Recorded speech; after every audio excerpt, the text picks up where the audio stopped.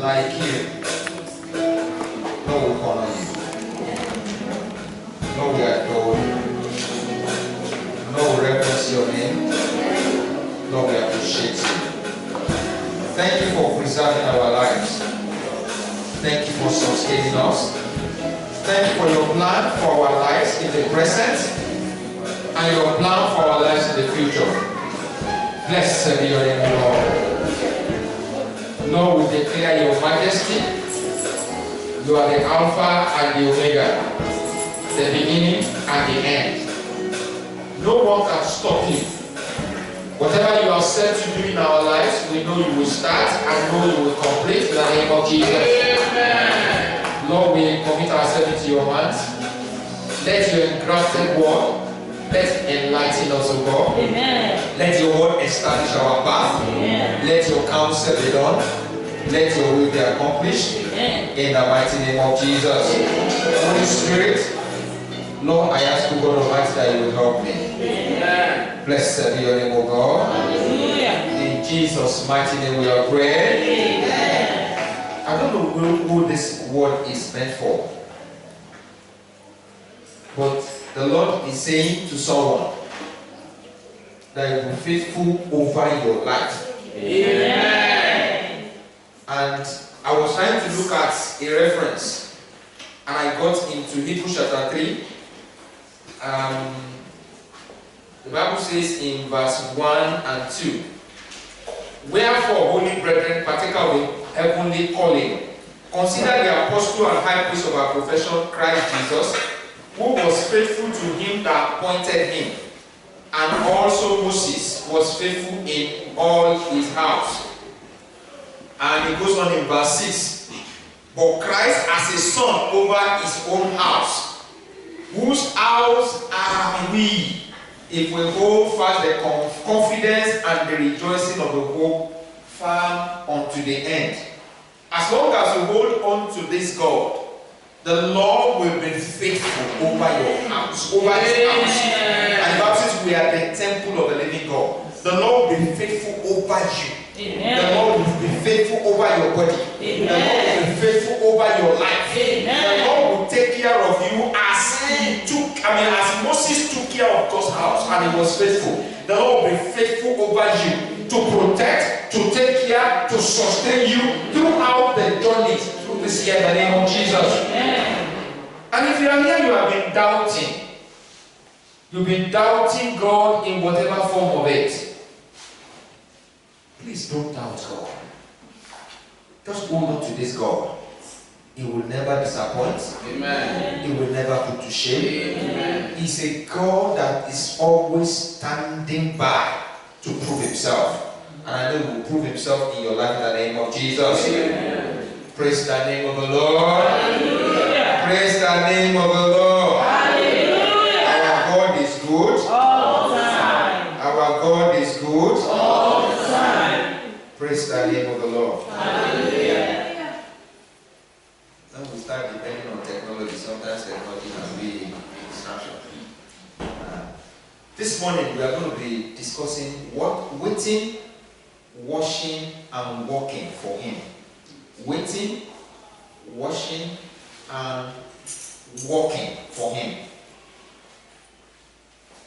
I've been trying to run away from some of these kind of messages, but the Spirit of God just kept impressing on my heart that the first phase of this year will be for us to, kind of prepare ourselves to careful living.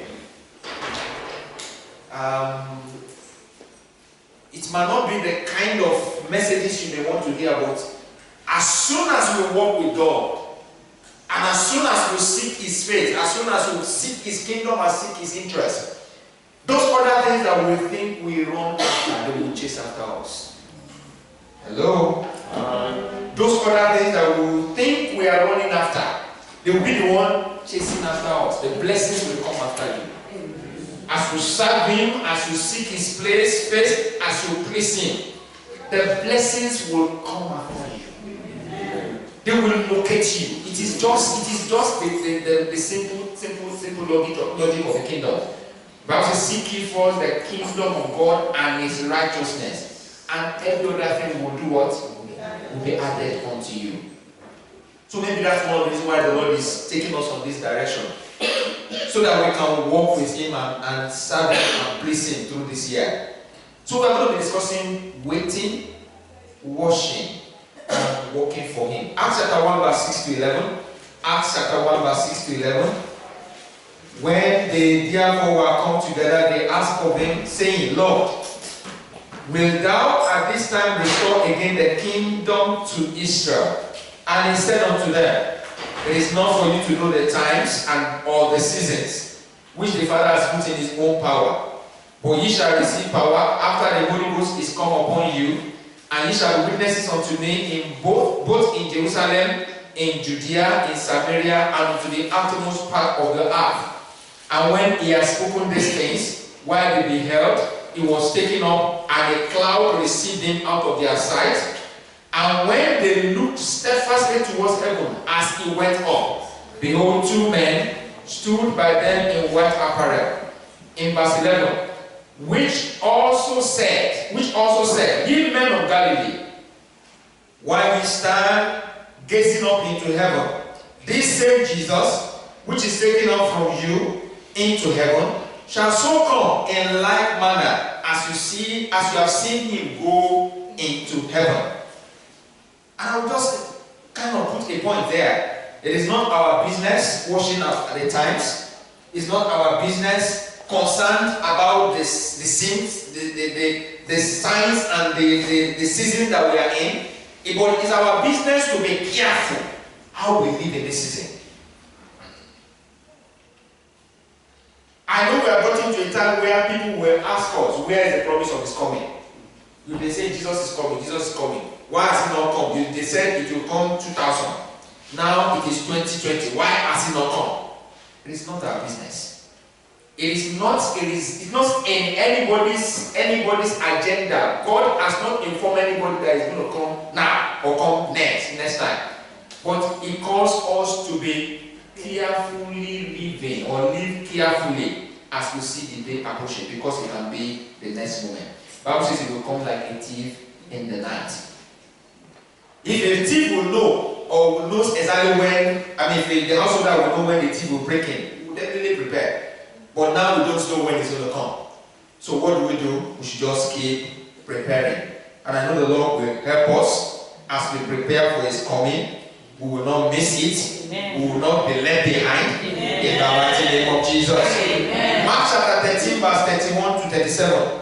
Heaven and earth shall pass away, but my word shall not pass away. But of the day and that hour knoweth no man, no, not the angels which are in heaven, neither the Son, but the Father. The Bible says in verse 33, say, take ye heed, watch and pray, for ye know not when the time is. For the Son of Man is as a man taking a far journey, who left his house and gave authority to his servants, to every man his work, and commanded the potter to wash. In verse 35, wash ye therefore, for ye know not when the master of the house cometh. Who is coming? The master of the house. At even, or at midnight, or at cockcrowing, or in the morning. We might be at even, we might be in the midnight, we might be at the cockcrowing, we might be in the morning. But it doesn't matter what times and the season we are in. One thing is certain, the Son of Man, the Master, is coming. When there's a challenge, why we are waiting for Him? Are we supposed to just wait and be idle? No. Are we supposed to wait and just sit?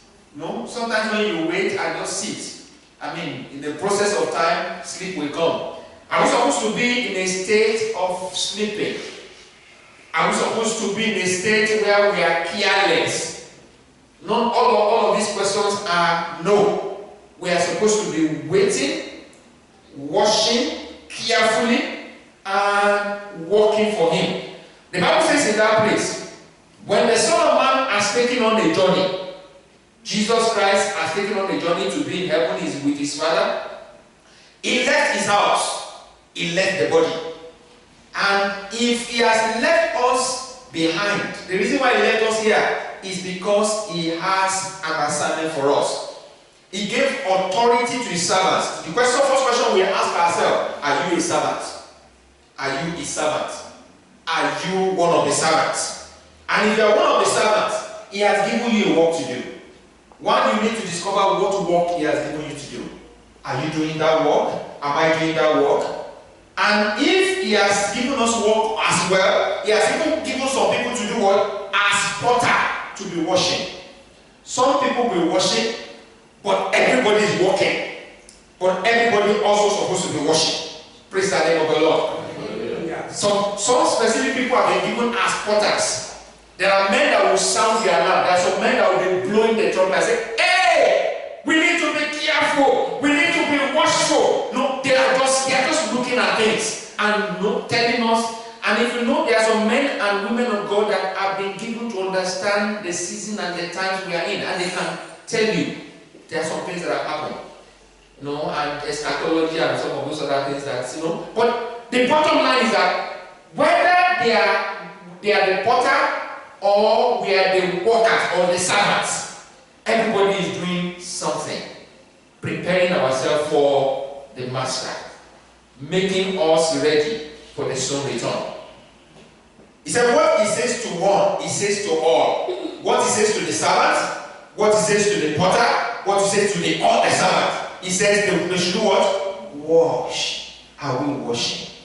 Are we careful? If you are washing, that means you'll be careful the way you live. If you are washing, that means you'll be conscious that it might be the next moment. And if it comes to the next moment, will he find you? Will he find me ready? May none of us be left behind in the name of Jesus. Amen. We must wait in hope. We must wait in hope of seeing him again. Either when it comes the second time, or we translate in death. I'm sorry because sometimes I talk about death. It's not as if any of us will die young. But ultimately, whether we live on to 100 years and he has not come then, one day we will all answer that call. And if we answer that call, where do we want to end it? We want to meet with him again. Praise the name of the Lord. The Bible says in 1 Corinthians chapter 15 verse 19, if in this life only we have hope, he said we are of men most miserable. And I believe we have hope here and we have hope in eternity.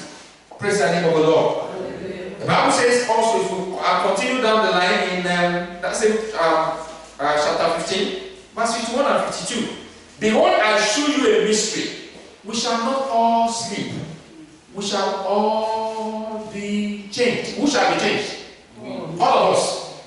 The ones that are sleeping, or the ones that have died in Christ, the ones that are still alive, all of us, we shall all be changed. So we shall not all sleep. We shall all be changed. In verse 52, in a moment, in the twinkle of an eye, at the last trump, for the trumpet shall sound, and the dead shall be raised incorruptible, and we shall all be changed. All of us shall be changed. And when we are changed, we will take on his very nature. We will take on the life of God, and we will be with him. Praise the name of the Lord. So it will not just end. The people that have died, I mean, our loved ones, our beloved ones that have died before now, before Christ came, they will all be translated. So we shall see again. So the bottom line is, when we see again, we don't want to be like Abraham and the rich man. The rich man was in the flame, while Abraham was in the bosom of the Father. We want to be in the bosom of the Father. We don't want to be among the ones that are crying in the flame and say, hey, save me. It's rather too late. The Lord will help us in the name of Jesus. Yeah. The verse 58 says, therefore, my beloved brethren, be ye steadfast. Can anybody read from another translation? I want to just understand the word steadfast. It said, be ye steadfast, unmovable, always abounding in the work of the Lord, for as much as you know that your labor is not in vain in the Lord. So that verse 58 in another version of the scripture. 1 Corinthians 15:58. So if you find another version, please just read for us. So, my dear brothers and sisters, stand strong. Stand strong. Don't let anything change you. Don't let anything change you. Always give yourselves fully to the work of the Lord. Always give yourself fully to the work of God. You Fully to the work of God, yes? You know that your work in the Lord is never wasted. You know that your work with the Lord and your labor is never wasted. And I know the Lord will grant us encouragement and grant us understanding in the name of Jesus. Amen. In 1 John chapter 3, verse 2 and 3. 1 John chapter 3, verse 2 and 3.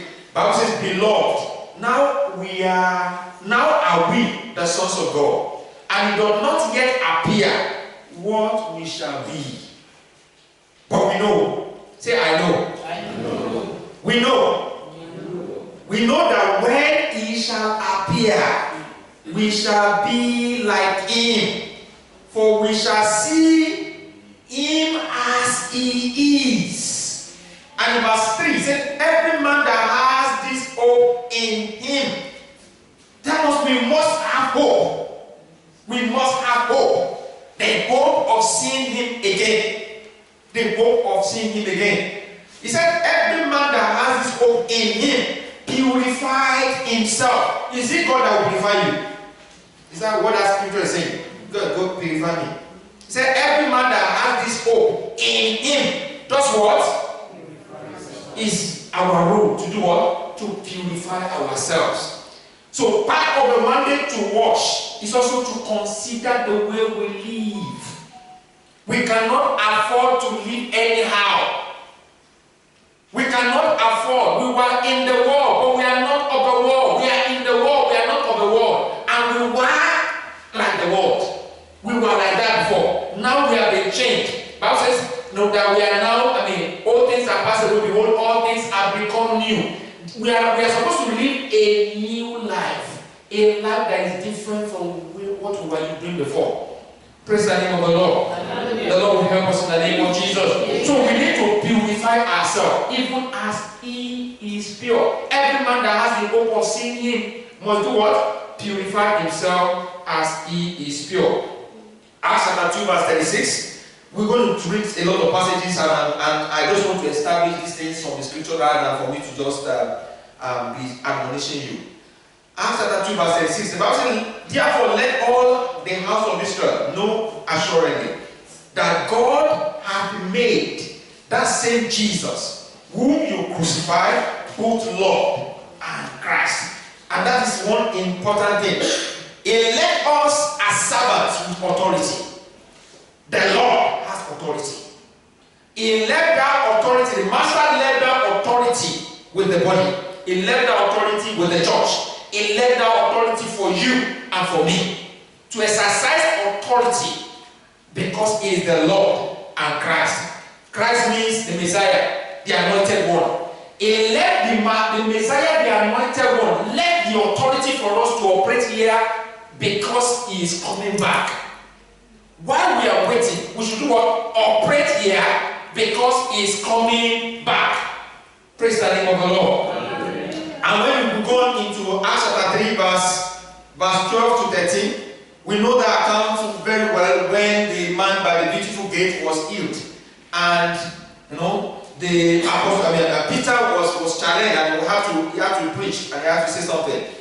In verse 12, that says, when Peter saw it, he answered unto the people, ye men of Israel, why ye marvel at this? And why you look steadfastly on us, as though by our own power or holiness we have made this man to walk? And I've put it across to you as well, that we don't have any power of our own, but the power that we have now is Christ's power that we are using, is authority that we are using. At the name of Jesus Christ, things will happen, because that's the mandate he has left for his church.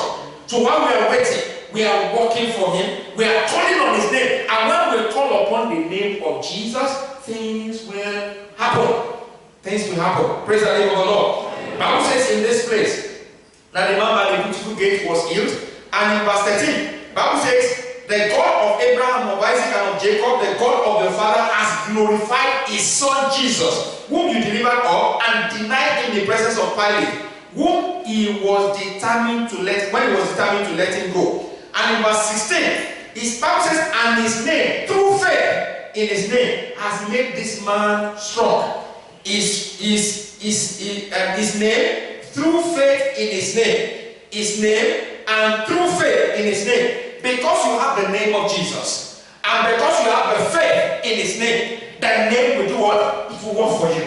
Amen. When you call upon that name, no matter the situation that comes your way this year, the name of Christ will work for you. Amen. The name of Christ will work for you. Amen. The Bible says, this man and his name and through his name has made this man strong, whom you see and know. The faith which is by him has given this man perfect soundness in the presence of you all. And I bring that to you as well. That the faith through his name will give you perfect soundness throughout this year in the name of Jesus. Amen. The faith through his name will give you perfect soundness throughout this year in the name of Jesus. And anytime you are confronted, because men and women will confront you, they will bring the name of Jesus Christ to question. When you call upon that name will cause things to happen for you. Amen. A child may be ill. Call upon that name and you will see tremendous change. Amen. The Lord God Almighty will cause miracles to take place. Amen. As you call upon that name through this year. Amen. And that is a part of the work we are doing for him. We are putting the devil to shame. We are putting the adversary to shame. Bible says God has anointed Jesus Christ of Nazareth with the Holy Ghost and with power. And he went about doing good, healing all that were oppressed of the devil. That is the work. That is the work. Apart from the work that sometimes we do, but that is the main work. That is the mandate. That is the assignment. And I know as we bring that name and command that name, and bring that name, will command situations and circumstances to change in the name of Jesus. Amen. Men and women that have understanding of what this name carries, they command so much authority to the extent that the devil cannot stand before them. And I know you are one man, you are one woman that God has put that kind of authority and mandate upon. Bible says in Hebrews chapter 13 verse 8, Jesus Christ the same yesterday, today, and forevermore. The same power that worked when he was here on earth is the same power that is working now and will continue to work in the name of Jesus. Amen. The anointed one, the Lord, the Master, he has left us not without an assignment. He has left us not to sit down. Remember we commended ourselves and are still left in the bulletin intentionally. We need to rise up and do what? Shine and reflect the glory of God through this year. Throughout this year. Bible says, arise, shine, the glory of the Lord has risen upon you. So everywhere you go, as you are working for him and bringing the name, situations and circumstances are subject to you. Amen. They are subject to you. Amen. Let nothing intimidate you this year. Because the intention of the enemy is to intimidate us. The intention of the enemy is to make us to feel that we don't carry something. I want you to know that you carry the power in the name of Jesus. Amen. And I know it will work for you in the name of Jesus. Amen. This same Jesus that we saw going to heaven, the Bible says he will in the same likeness come back again. When he comes, will he meet you walking, washing, or will he meet you idle? Bible says, woe to them that are be at ease in Zion. You know when you go to the army cantonment, he said, attention. And at the point I said at ease. You know when they are at ease and I don't know what the command they do, but it's like I see they are like civilians. So to that point in time. But when they say attention and they do like this, they mean business. Things can happen. Cock your gun and they are ready to cock. They are ready to do the next. They are ready to fight. Are we on standby? Are we ready for the assignment? Are we ready to do the work? Are we ready to command situations and circumstances to come down in the name of Jesus? Are we ready, watching and waiting for this Lord that is coming again? Are we ready? As we testify about his name, as we testify about the salvation that he has brought to us, as we declare the good news, as we declare his power to the world, the Lord will attract men to the kingdom in the name of Jesus. Amen. Are you willing? Am I willing to demonstrate his power? For God to demonstrate his power through you. The Bible says he chooses the weak things to command the things that are strong.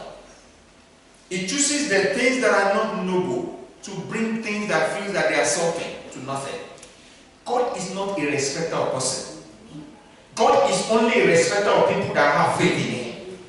Praise the name of the Lord. Hallelujah. God is not a respecter of person. God is a respecter of people that have faith in him. And the faith that you have in the Lord will not be put to shame this year in the name of Jesus. While we wait for him and we wait for his coming, or when we report back to base, while we are doing whatever we are doing, can the Lord count on you? Can he count on me? Can the Lord depend on you? The Bible says if we are ashamed of him, he will be ashamed of us. If we consider his name and consider the authority that he carries and the salvation that he has brought to us, and we are not ashamed of it, I believe men and women will come to the knowledge of the truth. Let's be on our feet.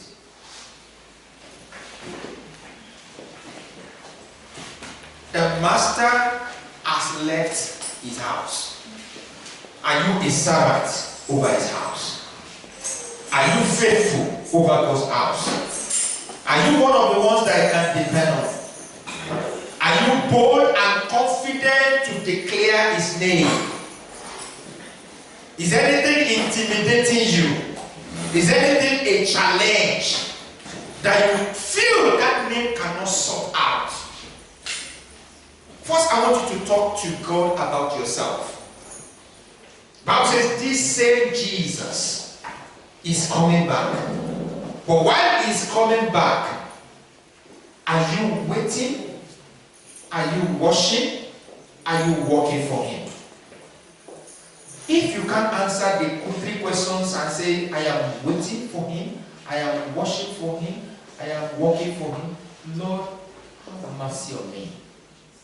If you think that at any point in time you think you are not measuring up to any of these 3 assignments, Lord, have mercy on me. Lord, help me to wait for you, earnestly wait for you, because I want to see you again.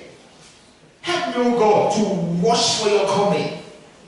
I'm not interested in the signs. I'm not interested in the scenes, the signs and the seasons. But I'm watching because you may come the next moment. Lord, while I'm waiting, I want to work for you.